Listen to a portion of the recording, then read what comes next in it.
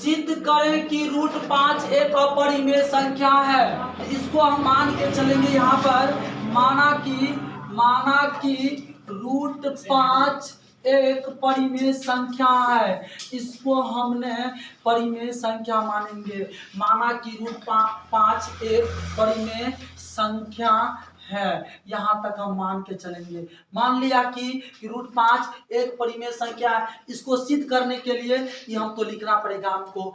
अब यहाँ पर कुछ हेडिंग में हम आप लोग को पॉइंट लिखा देते हैं। जहाँ लिखेंगे, जहाँ ऐसे यहाँ पर हम पहले लिखेंगे रूट 5 बराबर p/q। सर ये p/q क्यों लेते हैं? आप एक और कुछ ले सकते थे ना जी, ले सकते थे हम, a/b ले सकते थे, c/d ले सकते थे, कुछ आप ले सकते हैं। जरूरी नहीं है कि a/b लेना ही है, p/q लेना है। सर अगर p/p ले सकते हैं ना, ये दोनों तो कट जाएगा, ये नहीं ले सकते हैं। और देखिए हमारे पास पर p/q के मतलब क्या हुआ कि जो भिन्न में लिखा जाए वो हो गया आपको, जिसके बट्टा में हम भिन्न में एक लिख सकते हैं, वो हो गया आपको परिमेय संख्या। यहाँ लिखेंगे जहाँ p और q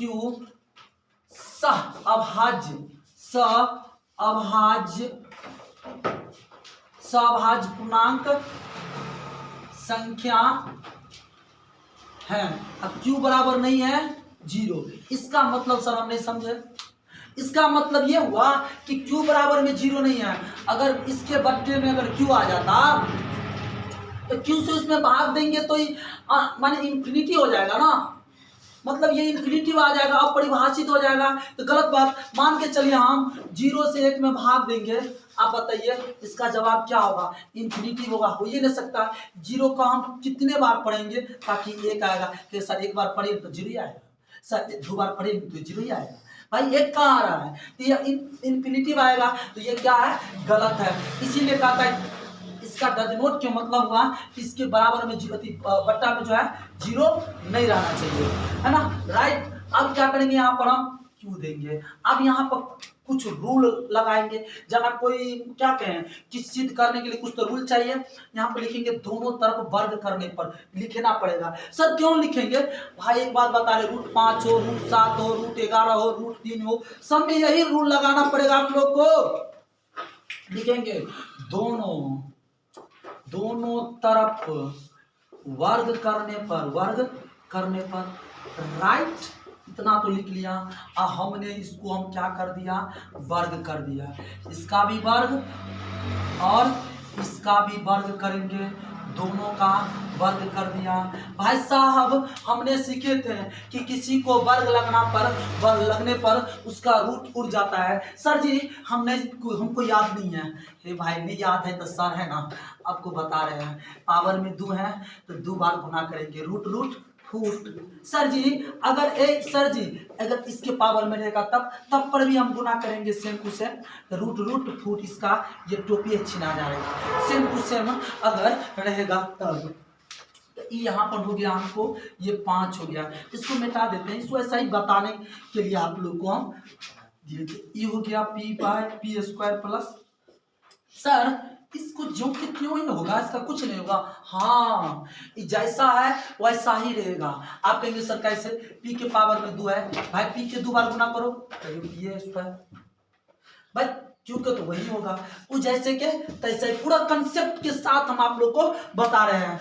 ऐसा अभाज्य का मतलब नहीं समझे सर जी।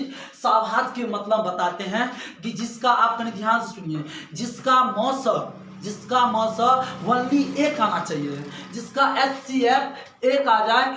आप देखिए जैसे p/q को कोई नहीं काट सकता है, कोई माइकल आर नहीं काट सकता है, सिर्फ एक सिवा p और q सिर्फ एक ही काट सकता है। और कोई ना 2 के पारा में आता है, ना 3 के पारा में आता है, ना z के पारा, कोई भी नहीं करेगा। इसको p माने जिसका मौस, इसका अगर हम भाग देंगे तो 1 ही आएगा, है ना। सर मौस नहीं जानते, आज मान के चलिए जना 8 है और 2 चौका 8, इसका अगर मौसा पूछ दे तो अरे मौसा 2 होगा, पूरा कट गया, मौसा 2 होगा। HCF है ना।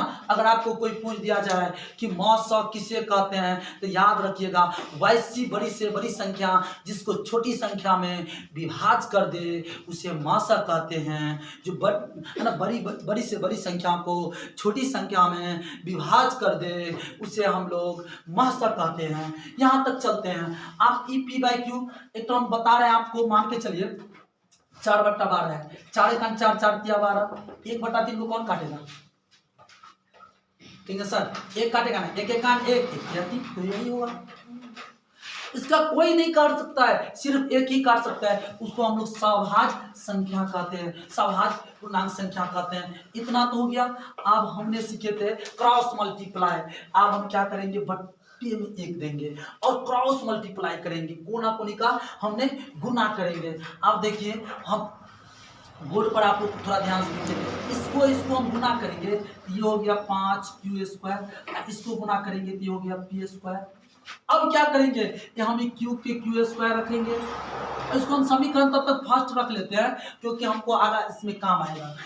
इस p² के बाय में हम 5 दे देंगे, ये बट्टा में आ जाएगा। सर कैसे आया? आप लोग बचपन में सीखे होंगे इस तरह के समीकरण, बट्टे में 2 बॉम्ब सेट करना पड़ता है। जैसे 4x = 10 है तो x से करना है 10 के बट्टा में 4, ऐसे आप लोग सीखे होंगे बचपन में, ऐसे बॉम्ब आप लोग लगाना सीखे होंगे। फिलहाल छठ में लगाए हैं।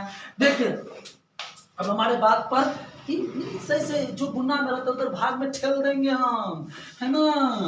थोड़ा ध्यान से देखिएगा, मजा आ जाएगा, मजा आ जाएगा। अब एक बार ध्यान से देखिए, इस समीकरण फर्स्ट हम मान लिए हैं। अब क्या करेंगे, यहाँ तक तो आ गया। अब एक बात ध्यान से देखिएगा भाई, p से 5 माने 5 से p कहीं कटेगा? कटेगा नहीं, लेकिन ये दर्शा रहा है, ये इसको दर्शा रहा है, से कट रहा है। आप कहेंगे सर कटेंगे कैसे? नहीं, हम बता रहे हैं भाई, p के पहाड़ा में थोड़े, 5 के पहाड़ा में थोड़े p आ रहा है, नहीं ना आ रहा है तो नहीं ना कटेगा। देखिए अगर 5 से p कट रहा है तो स्क्वायर भी कटेगा। कहेंगे सर कैसे? अब मान के चलिए यहाँ 2 है, आप देखिए इसका स्क्वायर कट रहा है 2 से तो 6 भी कटेगा। कहेंगे कैसे? 6 × 36 कट रहा है ना, अच्छा भी कटेगा, 6 बात नहीं कटेंगे, स्क्वायर भी कटेगा, है ना, स्क्वायर भी कटेगा। थोड़ा मेन रोड में है तो आवाज आएंगे, आप लोग थोड़ा शांति रहिए, है ना। तो ये भी कटेंगे और इसका तो वही बात है, अगर 5 ये तो कट नहीं रहा है, हम दर्शा रहे हैं भाई। हम भी पहले नहीं समझ में आ रहा था, जब हम क्लास में 10th में गए थे तो हमको भी कहे भाई ये 5 से p कहीं कटेगा, है ना। हमको बचपन में सर सिखाए थे कि ऐसे रहेगा तो 5 × 5 = 5 × 10, लेकिन कोई कह देगा कि रे ये काटो ना, ये कट तो नहीं रहा है, लेकिन इरादा तो जरूर है काटने का, क्योंकि भिन्न में है, बट्टा में है। आप देखिए किसी को आप कोई सामान लेके आप मैंने इसको काट तो नहीं सकते, लेकिन इरादा तो है इसको। अब यहाँ क्या करेंगे हम, है ना, इस समीकरण फर्स्ट मान लिए थे। अब हम क्या करेंगे, स्क्वायर कट रहा था, यहाँ पर लिखेंगे हम, यहाँ पर p² 5 से विभाज्य हैं, 5 से विभाज्य हैं, p² 5 से विभाज्य हैं, तो p भी 5 से विभाज्य होगा।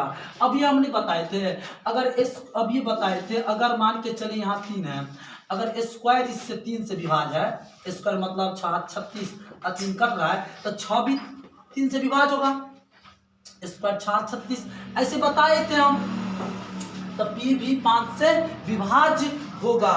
अब यहाँ पर हम क्या करेंगे, एक मानेंगे। अब क्या मानेंगे, थोड़ा ध्यान से सुनिए, हम क्या करेंगे, p बराबर, है ना, p बराबर क्या करेंगे, थोड़ा ध्यान से देखिए। यहाँ तो किसी को कॉन्सेप्ट आप लोग को जो है ना और हम बताएंगे, पहले आप लोग थोड़ा ध्यान से सुनिएगा। अब एक मिनट, ये स्क्वायर है, p × p बट्टा 5, इधर को तो हम कुछ मान सकते हैं, इधर को तो हम कुछ भी मान सकते हैं, तो यहाँ हम क्या करेंगे, है ना, इधर को हम रिलैक्स कीप साइलेंट, इधर को हम कुछ भी मान सकते हैं। तो p बराबर हम क्या करेंगे, थोड़ा ध्यान से सुनिएगा, आप लोग रिलैक्स कीप साइलेंट। इधर को हम कुछ भी मान सकते हैं। यहाँ लिखेंगे p बराबर, है ना, तो p बराबर यहाँ पर मानेंगे हम 5m। 5m। अब इसको हम क्या करेंगे, सर जी आपने m क्यों माने हैं? सर जी आप n भी मान सकते हैं, ये आप पर डिपेंड है आप क्या मानना चाहते हैं, है ना, क्या मानना चाहते हैं। अब हम यहाँ पर हम क्या करेंगे, लिखेंगे p का मान समीकरण 1 में रखने पर तो हम रखेंगे एक कितना है 5q² बराबर p²। p का मान, सर आप 5 से क्यों माने, आप इस पर भी क्वेश्चन आ सकता है, क्योंकि हमने यहाँ पर हमको √5 का सिद्ध कर रहे हैं। अगर √3 का रहता तो हम 3 मानते, हमको √4 का रहता है मतलब √7 का रहता तो हम 7 मानते, इसीलिए हम p मान लिए। आप क्या करेंगे, p का मान समीकरण 1 में रखने पर तो ई जैसा के तैसा ही रखेंगे। और यहाँ पर क्या करेंगे, p के मान कितना था भाई हो, यहाँ पर 5m था, इसका स्क्वायर तो इसका भी हम स्क्वायर करेंगे। बड़ा मजेदार बात है कि नहीं। अब क्या करेंगे, यहाँ पर है ना, ये 5 से 25 m² हो जाएगा। अब क्या करेंगे कि m के m² ये गुना में है, इधर जाएगा, इधर जो जाएगा तो आप इधर जाएगा तो हो गया 5q² बट्टा 25, है ना, हो गया 25, 5 से 5, 5 से 25, q² बराबर 5m²। आ गया कि नहीं, आ गया कि नहीं। अब क्या करेंगे, आप हमारे बात पर थोड़ा ध्यान से देखेंगे। अब क्या करेंगे, यहाँ पर भी लिखेंगे वही कंडीशन, लिखेंगे यहाँ पर q² 5 से विभाज्य है, यहाँ पर q² 5 से विभाज्य है, तो q भी 5 से